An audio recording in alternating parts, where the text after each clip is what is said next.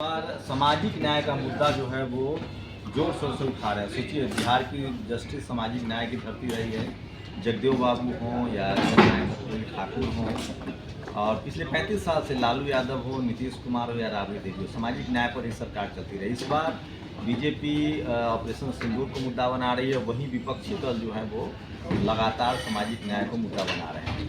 मेरे साथ सैनी समाज से डॉक्टर एस.के. सैनी हैं और उन्होंने अब वीआईपी ज्वाइन किया है, मुकेश सहनी की पार्टी ज्वाइन किया है। पहले ये जेडीयू में थे। कितना साल जेडीयू में था? जेडीयू में 1 साल हो गया, लगभग 1 साल से था मेरा। जेडीयू में इस समय पिछले साल ज्वाइन करने के बाद माननीय मुख्यमंत्री जी, क्योंकि अब गरीबों के लीडर नहीं है और माननीय मुख्यमंत्री जी के जो है कुछ ऐसे तबके के लोग बैठे हैं जो गरीबों की बात दलितों की बात पहुँचने, आदि पिछड़ों की बात पहुँचने नेता माननीय। कितने साल रहेंगे जेडीयू में 1 साल? पिछले साल मैंने जो है ज्वाइन किया था उनको, उनके विचारों को देखते हुए, उनके विकास पुरुष हैं निश्चित रूप से गरीबों के लिए दूसरे जो है कर्पूरी बनने के प्रयास में लगे रहे, लेकिन अंततः जो है कर्पूरी के सपनों का बिहार नहीं बना। मैं बात इसलिए कर रहा हूँ क्योंकि विगत अभी आपने देखा 4-5 दिन पहले अभी इन लोगों ने जो है घेर करके पूरी तरह से, जैसे महाभारत एक कथा है उसमें अभिमन्यु को घेर के मार दिया जाता है और अपनी बात रख दी जाती है, उस तरह से जो है माननीय नीतीश कुमार की अतिरिक्त जो है कुछ ऐसे तबके के लोग हैं जो इस भारत वर्ष की सारी जागीरों पर कब्जा करके हैं 3%, 4%, टोटल मिलाकर के 15%। लेकिन ये जान लीजिए कि भारत वर्ष की जागीरों को 80% पर 85% के लोग हम लोग हैं, लेकिन उन लोगों ने 85% कब्जा किया और गरीबों की बात माननीय मुख्यमंत्री का अनुसरण नहीं पहुँचने देते। और किस लोग से किनकी बात कर रहे हैं आप? खुल के बताइए, कौन लोग से घिरे हुए? अरे भाई, आपने देखा कि कुछ दिन पहले सवर्ण आयोग का गठन हो गया। आप इस बात को समझ इससे अंदाजा लगा सकते हैं आप कि सवर्ण आयोग का गठन कराने में इन लोगों ने कितना बड़ा ये किया होगा। कौन लोग होंगे, निश्चित रूप से मैं उन लोगों का नाम नहीं खोलना चाहता। आप देख सकते हैं इस देश के 15% लोग हैं जो इस पूरे भारतवर्ष की जागीरों का हर पार्टी में नेता के इर्द गिर्द बैठ करके अपनी जो है बात अपनी केवल बात सुनवाने का प्रयास करते हैं। बाकी जिस तरह से भी नेता को अपने किसी अहम के प्रकार नेता को अपने कब्जे में ले लेते हैं लोग। नेता को कब्जे में लेने के बाद सदियों से भी परंपरा रही, बाबा साहब भीमराव अम्बेडकर को भी लोगों ने अपनी बेटी देने का काम किया, लेकिन बाबा साहब अम्बेडकर एक ऐसे पुरुष थे, वो महापुरुष थे जिनका अनुसरण पूरा देश ही नहीं पूरा विश्व कर रहा है। और ऐन कैन प्रकरण अभी माननीय मुख्यमंत्री जी भी हमारे देश के एक तेजस्वी मुख्यमंत्री थे, लेकिन निश्चित रूप से उनको भी घेर करके पूरी तरह से अंतिम समय में हमने आपको कहा इससे पहले कि तेजस्वी थे पहले, लेकिन माननीय कर्पूरी के सपनों का बिहार नहीं बना। तो अब तो बीजेपी भी कह रही है कि हम सामाजिक न्याय की पार्टी है, तो हम अधिकार देंगे, तो बीजेपी की तो ऑप्शन था। तो मैं आपको बता दूं कि उत्तर प्रदेश में बीजेपी और पूरे देश में बीजेपी है, और जब इस देश में बीजेपी आई है, जब इस देश में बीजेपी आई है, कहीं ना कहीं कुछ न कुछ अटैक हुआ है, और वो अटैक के पीछे अगर जांच कराई जाए तो निश्चित रूप से इन लोगों की ही बात निकल करके आएगी। ये दावे के साथ मैं कह रहा हूँ। और हम लोग अम्बेडकरवादी आदमी, हम लोगों ने बाबा साहब के सपनों का भारत शुरू से बनाने का प्रयास किया और आज तक संघर्ष करते आ रहे हैं। और निश्चित रूप से तब तक हम लोग संघर्ष करेंगे जब तक कि बिहार में कर्पूरी के सपनों का बिहार न बन जाए और भारत में बाबा साहब के सपनों का, महात्मा ज्योतिबा फुले के सपनों का भारत न बन जाए। बीजेपी कह रही कि हरियाणा में वो प्रचार करेंगे, हरियाणा के मुख्यमंत्री आएंगे वो सैनी समाज से हैं, मध्य प्रदेश के मुख्यमंत्री आएंगे वो यादव समाज से। वो कह रहे हैं कि हम सबसे ज़्यादा पिछड़े अति पिछड़ों को दे रहे हैं। भाई, मुख्यमंत्री इन लोगों ने जिसकी जितनी संख्या जहां है वो भागीदारी सुनिश्चित करने का प्रयास में है लोग। हम क्या कहते हैं, श्री मंगल सिंह सैनी से पूछना चाहेंगे, नयाब सिंह सैनी से पूछना चाहेंगे कि बिहार में भी माली है, आपकी जाति का लोग है, क्या लगता है आज तक जब से आज़ादी मिली सैनी समाज के लोगों का एक बार भी बिहार के सदन में जाने का रास्ता कभी अख्तियार किसने करने की कोशिश की? किसी ने।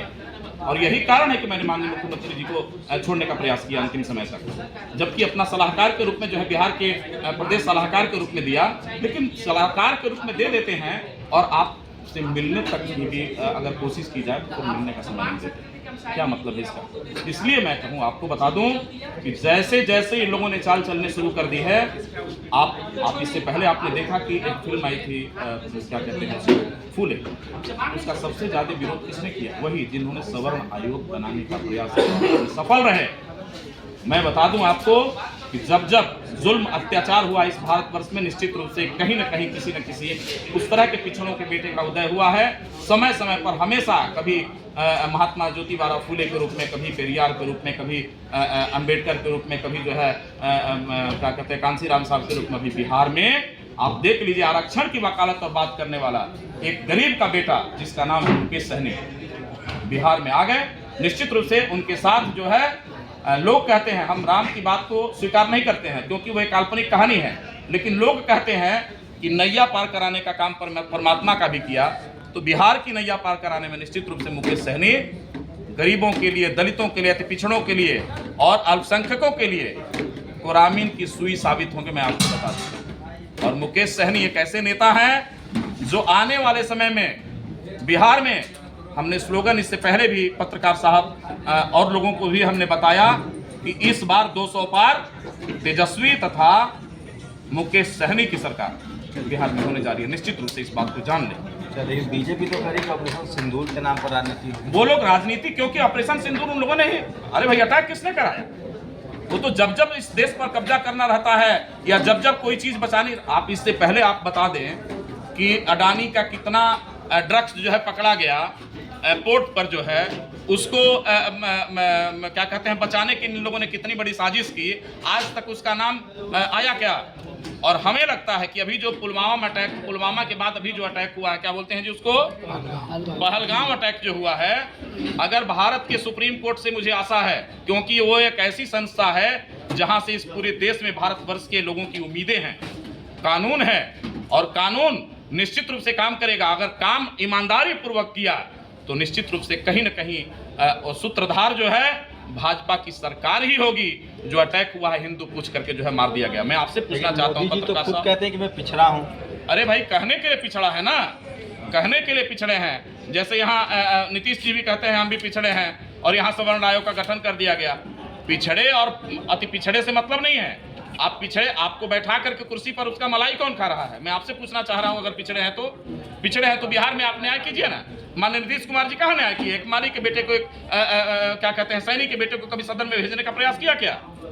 आपसे भी मैं पूछना चाहता हूं पत्रकार साहब, मैं भारत के इस सुप्रीम कोर्ट से अपील करता हूं, आग्रह करता हूं कि जो अटैक हुआ है इसकी अपने स्तर से जो जांच कराई जाए। निश्चित रूप से उसका सूत्रधार जो है भाजपा में रहने वाले लोग होंगे और निश्चित रूप से ये सरकार जो है जब जब आई है इस भारत देश में कहीं ना कहीं अटैक कराई है, कभी 40 जवानों को मरवा देती है, कहीं हिंदू मुस्लिम में झगड़ा करा देती है। निश्चित रूप से ये जान लीजिए कि अभी वक्फ बिल के मुद्दे पर एक चीज आपको बता दूं कि इस देश में उन्माद क्यों फैला हुआ है। अभी वक्फ बिल का मुद्दा भी इन लोगों ने लेके आ गए, इन लोगों ने कई आयोग बनाया, उसके साथ साथ में लोगों ने कहा अभी पूछने पर मोदी भाई दूसरे की बात तो सुनते नहीं है, मोदी तो सिर्फ अपनी बात करते हैं 14 सालों से। अगर मोदी अगर दूसरे की बात सुनते, यहाँ के मुसलमानों की बात सुनते, यहाँ के अति पिछड़ों की बात सुनते, अल्पसंख्यकों की बात सुनते, तो निश्चित रूप से आप भारतवर्ष के ही नहीं पूरे विश्व के एक अच्छे नेता हैं। लेकिन कहाँ है? आज तक सिर्फ मन की बात दूसरे की आपने सुनने का प्रयास नहीं, केवल अपने मन की बात करेंगे। देश लोकतंत्र जो है आपके बाप का है क्या कि आप सिर्फ अपने मन की बात सुनाएंगे, यहाँ तानाशाही करेंगे जो है और जनता आपकी बात को मान लेगी? आपको मैं बता दूं, अभी बिहार में कुछ दिन पहले का पूरे बिहार में अभी जो है गया में देख रहे हैं कितना बड़ा तांडव हो रहा है। हमारे अधिकारों को हर तरह से जो है छीना गया है।